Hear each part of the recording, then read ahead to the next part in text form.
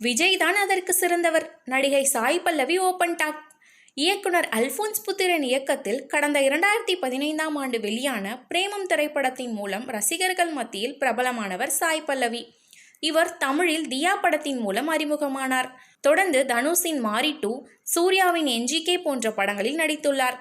இவர் நடிப்பில் சமீபத்தில் அமரன் திரைப்படம் வெளிவந்து நல்ல வரவேற்பை பெற்றுக் கொடுத்தது.